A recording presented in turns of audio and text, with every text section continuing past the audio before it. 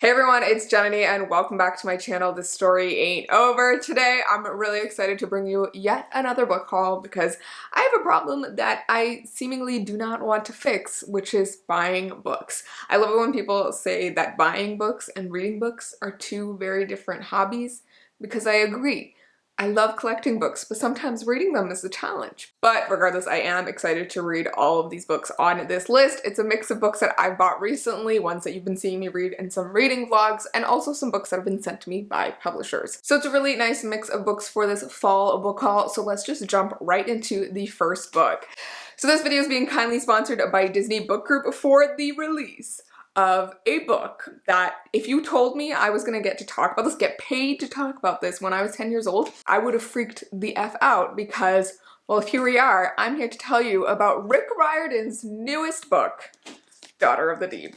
I am so freaking excited about this because Rick Riordan has been one of my childhood favorite authors since I was like 10, I think, or 11 when I started reading the Percy Jackson series, and they've really sort of informed my middle school, that in-between age experiences, and I, to this day, have reread them multiple times, absolutely love them, and have since then really appreciated how Rick Riordan started the Rick Riordan Presents imprint, which brings a lot of authors from marginalized backgrounds to tell their stories in a similar way to Percy Jackson with, you know, heroic kids and informed by their own mythology. So unlike Rick Riordan's previous books, Daughter of the Deep is actually a standalone, which I find really, really exciting, but it is inspired by Jules Verne's 20,000 Leagues Under the Sea. So I'm not super familiar with Jules Verne. I do know like The Journey to the Center of the Earth. And what's really cool about 20,000 Leagues Under the Sea is that it is a story that follows this person named Captain Nemo. And the story goes that previously he was known as Prince Dakar, and he was actually living in India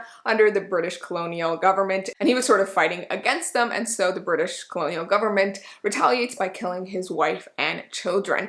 And so from there, Prince Dakar becomes Captain Nemo, and he goes aboard his really advanced submarine called the Nautilus, and he is bent on sort of wreaking havoc against the British colonial government and European powers and sinking and plundering their ships, which is just a flex that I absolutely love. I love this, you know, villain origin story, and there are two books by Jules Verne that follow this character, Captain Nemo. And so Daughter of the Deep sort of takes a modern take on this story following Anna Dakar, who is the descendant, or the last descendant, actually one of the last descendants of Prince Dakar or Captain Nemo. And she is a freshman at Harding Pencroft Academy, which is this 5-year high school. And they are, according to the description, a high school that graduates the best marine scientists, naval warriors, navigators, and underwater explorers in the world, which it seems like she's, you know, following in her great whatever grandfather's footsteps and sort of pursuing a sea-related career or path. And another thing that is pretty cool about this school is that it is split into 4 houses. So I think it's dolphin, shark, cephalopod, and orca, which is an interesting combination of sea creatures. And true to any Rick Riordan book, troublesome things start to happen around Anna, and she is pulled into this like 150-year-old Cold War between her school and another one. So overall, it seems like super fantastic, and I'm so excited to get something new from Rick Riordan and, you know, to have it be a standalone, because I feel like I've been hesitating to get into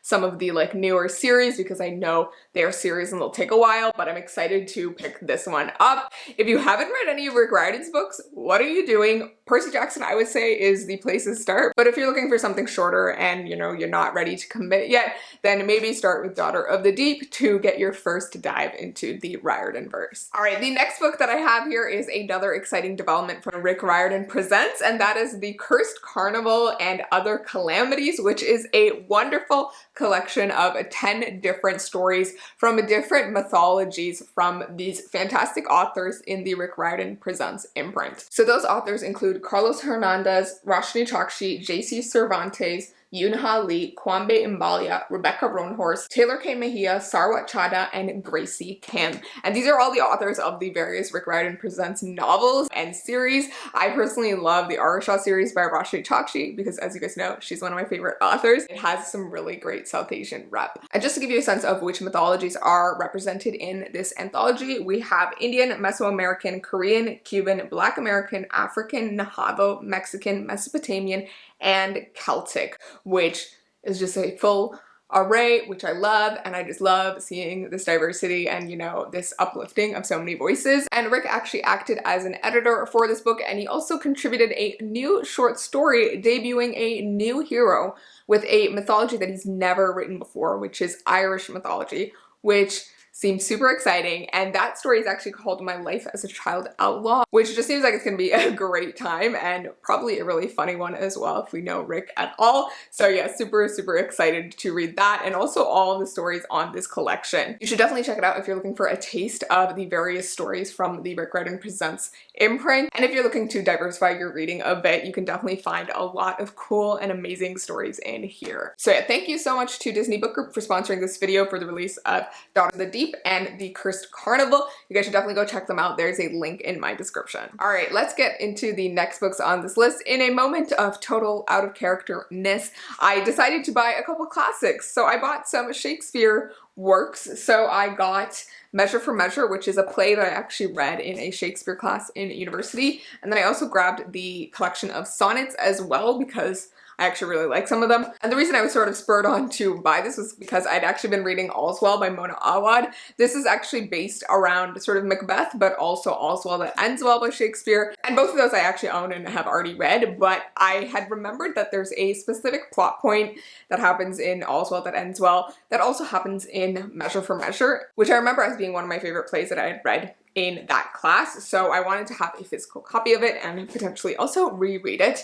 And then I was also looking around and I was like, why don't I get the sonnets as well? So yeah, excited about these ones. If you guys are looking for Shakespeare plays to try out, I would highly recommend Macbeth, but also Measure for Measure. It's a fun one. There's a nun, there's a bed trick, there's chaos that ensues, and it has a very ambiguous ending, which I love. All right, next I bought 3 books by an author that I've been recently absolutely in love with. 2 of these I've already read. One of them I have yet to read, but I'm going to in November. And you've probably seen them in my various reading vlogs in October. And that author is, of course, Silvia Moreno Garcia, who I've just been gushing about endlessly. So the first of her books that I bought recently was Velvet Was the Night. This is a noir with like a pulp fiction bend that is set in the 1970s in Mexico City following something called the Dirty War. And it involves a lot of political unrest and shady things going on, and it follows a woman who is this secretary and then this guy who is sort of this like secret operative, spy person, goon, I would say. And the story sort of follows their 2 separate stories coming together based off this one girl that has gone missing. It is a bit of a mystery, but it is very much a noir pulp fiction book, and I really enjoy it mainly because of the characters and how vibrant they were, so it's definitely a cool one to check out if that seems interesting to you. The next Silvia Moreno Garcia book that I picked up was Certain Dark Things, and this one was such a cool and interesting vampire book set in Mexico City and sort of a futuristic, I would say, or like alternate reality version of Mexico City. And it's a reality where people know that vampires exist. They know that there are these different subspecies of vampires from different areas of the world, and they have been sort of ejected from various countries, and Mexico City specifically has banned vampires. But this book follows our main character Atul, who's gotten into a bit of a vampire clan war thing going on and is sort of running away from another clan.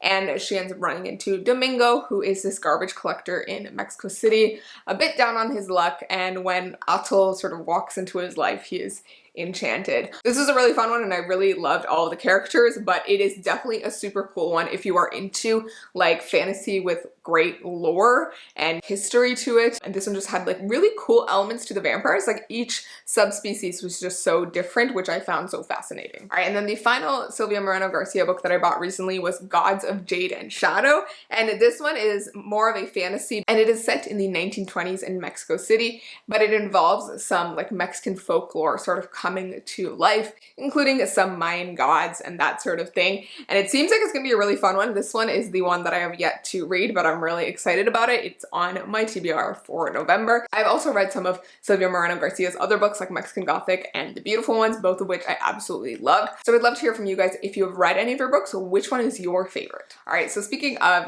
falling in love with new authors, I have 2 books by the same author, and that is Sally Rooney. So Beautiful World, Where Are You? This one was actually gifted to me by a friend for my birthday, and then I have Conversations with Friends, and then I also have Normal People, which I bought like ages ago and haven't read yet. So I haven't actually read either of these yet, but I'm really excited to dive into them. I know a lot of people love Sally Rooney, but I also know a lot of you have mixed feelings about her, which I'm interested to see. So I think I'm going to be doing like a whole vlog sort of testing out whether I like Sally Rooney and her books. So I'm really excited to try that out. All I really know about them is that they are romances, I believe, and sort of just like contemporary fiction, but everyone just always gushes about it. So I need to know what the hype is about, All right, those are all the books that I bought recently myself. Now I'm getting into some books that were sent to me by various publishers. So this first book is Once Upon a Broken Heart by Stephanie Garber. And this is actually the exclusive Owl Crate special edition. I believe the original is like some sort of black color, I think. I don't know too much about this one. I know a lot of people love Stephanie Garber's other books, her series, the Caraval series, I think.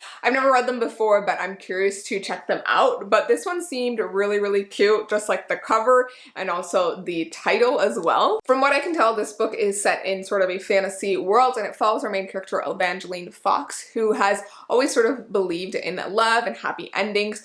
But when the love of her life is going to be marrying another person, she is sort of distraught and is trying to find a way to stop it from happening. And so she ends up making a deal with the Prince of Hearts, who is an immortal. And in exchange for his help, he asks Evangeline to give him 3 kisses to be given to him at the time and place of his choosing. And so from there, the story sort of unfolds, and I can see how these kisses might become a little bit of a problem if she's trying to court another person. So this seems just really fun and like a cute sort of romantic fantasy. So I'm curious to see if I'm gonna like it. And I also really love the idea of like making a deal with the devil. I always love those stories. So I think it's gonna be a fun one. All right, next I'm getting into the books sent to me by the Epic Reads team at HarperCollins. So the first book I have is The Box in the Woods by Maureen Johnson. This is the really awesome new like companion novel to the Truly Devious series. If you guys have heard of that, it's a really great mystery series, very dark academia vibes, great for the fall. It is set in like this private academy for really smart kids who have very unique interests, and it is a bit of a mystery with some murder and things going on. And so this book actually follows the main character of that series named Stevie Bell, who is obsessed with true crime and really great at solving mysteries. And it starts with this summer camp that has this mystery from back in 1978 when 4 camp counselors went missing and were murdered. And so the camp owner contacts Stevie asking her to come solve the crime and also help him record a true crime podcast about the case. This seems like a really fun, interesting situation, and she also brings along some of her friends from the Truly Devious series. So yeah, I'm excited to check this one out because I did really love Stevie Bell as a character, so I'm curious to see where her story is gonna go. But I am gonna keep my expectations a little bit on the lower side because it is more of a companion to the series, and I really, really loved that series, and I don't really think a new installment will really live up to that, but I'm curious to see what's gonna happen. All right, the next book I have is one that I recently just like binged in a single night, and that is White Smoke by Tiffany D. Jackson. You guys have heard me talk about Tiffany D. Jackson's books a lot before. I absolutely love them. They're really awesome YA thrillers, and this is her first foray into YA horror. This was so much fun. It is a haunted house story set in this like small town, and it definitely gives you like the full-on creeps. I was terrified going to sleep that night, but it was just so much fun and a really great mystery, I think, because it is really grounded in like the history of the place and real world, which I absolutely loved. So highly recommend if you're looking for a spooky read even after Halloween. All right, the next book that I have is the 3rd installment in a series that I absolutely love, and that is The Chariot at Dusk by Swati Thirdala. And this is the 3rd book in the Tiger at Midnight series. So the first book is The Tiger at Midnight, the second book is The Archer at Dawn, I believe. So I absolutely love those books. I particularly loved the first one. The second one was a little bit of a letdown, but I'm hoping that this one is going to be even better and a really great conclusion to the trilogy. Basically, the first book follows 2 different main characters. So there's Isha, who is from one kingdom, and she is like this spy called the Viper. And then the other character is Kunal, who is from this other nation, neighboring nation, who is a soldier for that nation. And so these two neighboring nations have been sort of enemies for years, and the two of them end up in a situation where they are hunting each other. She's trying to, you know, kill him, and he's trying to capture her, and it ends up being this sort of like cat and mouse game. But of course, they fall in love, and chaos ensues from there. I absolutely loved the first book. It was just so cute. I loved the romance, and I loved all of the like Indian mythology and world building that went on. So I'm so curious to see how the series is going to end in this one. All right, the next book that I have is It All Comes Back to You by Farah Naz Rishi. I am so excited for this one because it is an enemies to lovers romance set in a, you know, wedding situation. So this book follows our main characters Dean and Kieran, and they both have older siblings who have been dating someone recently and are about to get married to that person as well.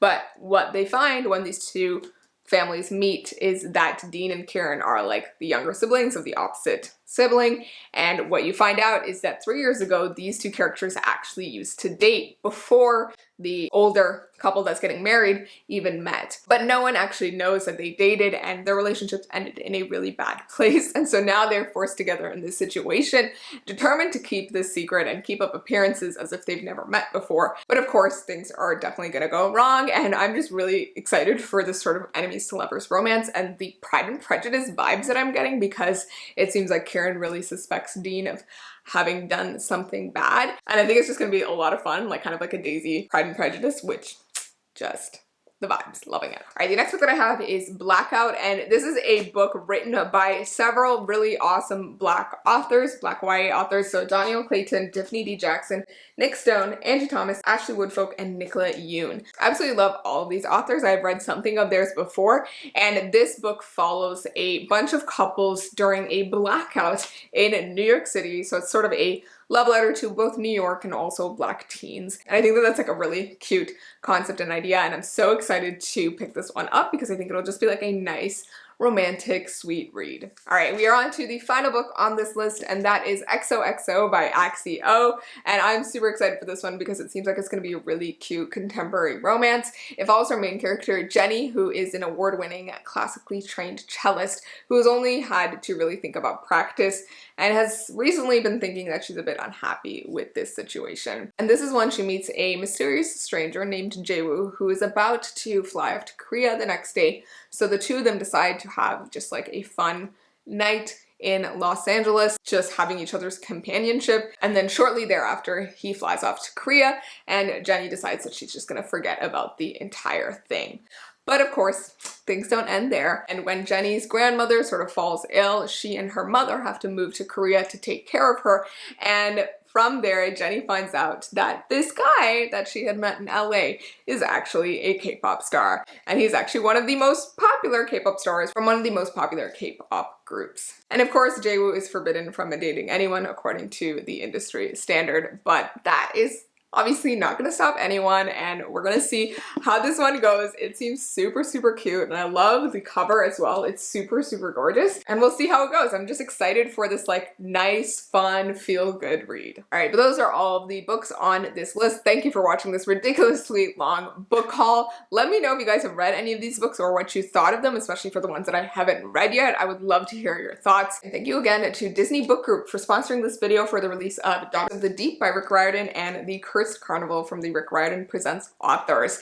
They're both available in hardcover and audiobook now, and you can go grab them using the link in my description. And if you guys haven't already, go check out my Instagram, Twitter, Goodreads, TikTok, and Patreon, where you can find extra exclusive content from me while also supporting me and my channel. Thank you guys so much for watching, and I will see you in my next video. So please remember that this story ain't over. Bye!